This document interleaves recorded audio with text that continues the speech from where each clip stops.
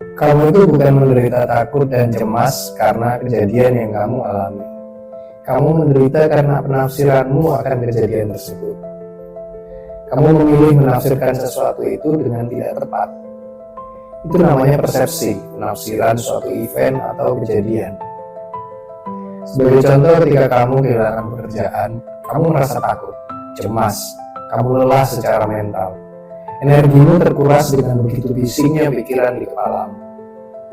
Bukan tentang kehilangan pekerjaan itu yang membuat kamu takut atau cemas, tapi caramu menafsirkan kehilangan pekerjaan itulah yang salah. Persepsinya kurang tepat. Kamu mungkin menghubungi kehilangan pekerjaan itu sebagai kehilangan harga diri secara sosial. Kamu takut lingkungan sekitar mencap kamu sebagai orang yang gagal, suami yang tidak bertanggung jawab pada kebutuhan keluarganya, orang yang tidak kompeten, tidak punya kemampuan. Menyedihkan. Persepsi ini yang bikin kamu cemas. Dan jika berlarut-larut, kamu akan memikirkan betapa sialnya nasib. Tuhan yang tidak adil, Tuhan yang kejam, memang ingin kamu menderita. Kebisingan ini menjadi-jadi kalau kamu biarkan dia meraja. Kamu tentu ingat juga kan kisah Rasul yang setiap hari tidak pergi ke masjid, lalu di jalan beliau selalu dihina, dicaci maki, bahkan dilempari kotoran.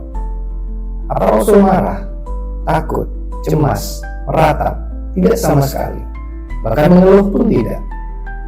Bahkan ketika suatu saat beliau lewat di jalan itu dan tidak ada yang melemparnya dengan kotoran, Rasul khawatir dan bertanya kepada orang di sekitar, di mana orang yang biasanya di sini melempar kotoran padanya. Ternyata orang tersebut sedang sakit. Bukannya malah senang orang tersebut mendapat balasan, Rasul pergi menjenguknya. Bahkan tidak dinasihati untuk sekedar memuaskan ego. Beliau menjenguk hanya karena empati. Sungguh indah kan persepsi atau penafsiran Rasul terhadap event atau kejadian yang menimpanya. Kamu gak akan pernah bisa mencegah apa yang orang lain katakan padamu. Dicontohkan manusia dengan akhlak sempurna seperti Rasul juga tidak luput dari caci maki. Tapi yang bisa kamu kontrol adalah responmu terhadap perkataan orang lain tersebut. Dan responmu tersebut terkait erat dengan persepsi atau penafsiranmu terhadap kejadian. Bagaimana kamu memaknai kejadian tersebut menjadi penyebab timbulnya emosi atau tindakanmu selanjutnya. Dihina orang lain itu di luar kontrolmu. Tapi merasa terhina atau tidak, itu 100% dalam kontrolmu. Tergantung kamu mau menafsirkan hinaan itu seperti apa. Lalu bagaimana cara latihan atau praktek nyatanya mengubah persepsi ini? Langkah pertama, ada baiknya kamu stop sejenak. Seringkali ketika ada kejadian yang men-trigger emosimu, seketika pikiran di kepalamu begitu bising. Kurang ajar orang ini, tidak bisa dibiarkan. Lama-lama dibiarin kok makin melunjak. Apa nggak tahu saya sudah berusaha keras? Kayak yang paling tahu aja padahal mau besar. Dan lain-lain. Bisingnya puluhan pilihan persepsi yang melintas. Stop. Kasih waktu sejenak pikiranmu agar dia tidak menjadi-jadi. Biasanya ini akan mereda atau setidaknya berkurang. Lalu yang kedua, kamu ciptakan dialog diri sendiri dengan lembut. Tanyakan, apa iya cuma itu pilihan kamu boleh memaknai kejadian tersebut? Tanyakan juga, apa untungnya sih kamu memilih pemaknaan itu? Apa sebegitu pentingnya kamu memuaskan egomu? Padahal akan timbul banyak efek samping kerugian yang lain. Apa gak ada penafsiran lain yang justru bermanfaat buatmu melampaui kejadian tersebut? Dengan mengajak diri sendiri berdialog, menginterogasinya dengan pertanyaan-pertanyaan yang rasional, kamu membuat pikiran sadarmu aktif kembali dan mengambil kontrol dari ketidaksadaran emosi yang dikuasai oleh ego.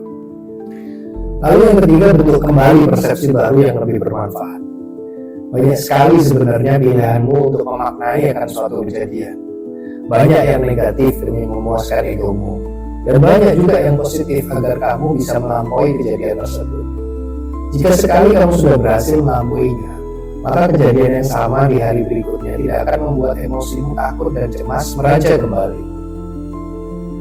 Saat kamu kehilangan pekerjaan, kamu bisa memaknai misalnya mungkin kamu akan dipertemukan dengan pekerjaan berikutnya yang lebih baik. Saat kamu terjebak macet, kamu bisa memaknai mungkin kamu jadi punya waktu untuk dengerin podcast kesukaanmu, atau kamu jadi punya waktu merenungkan rencana-rencana yang penting, dan lain-lain.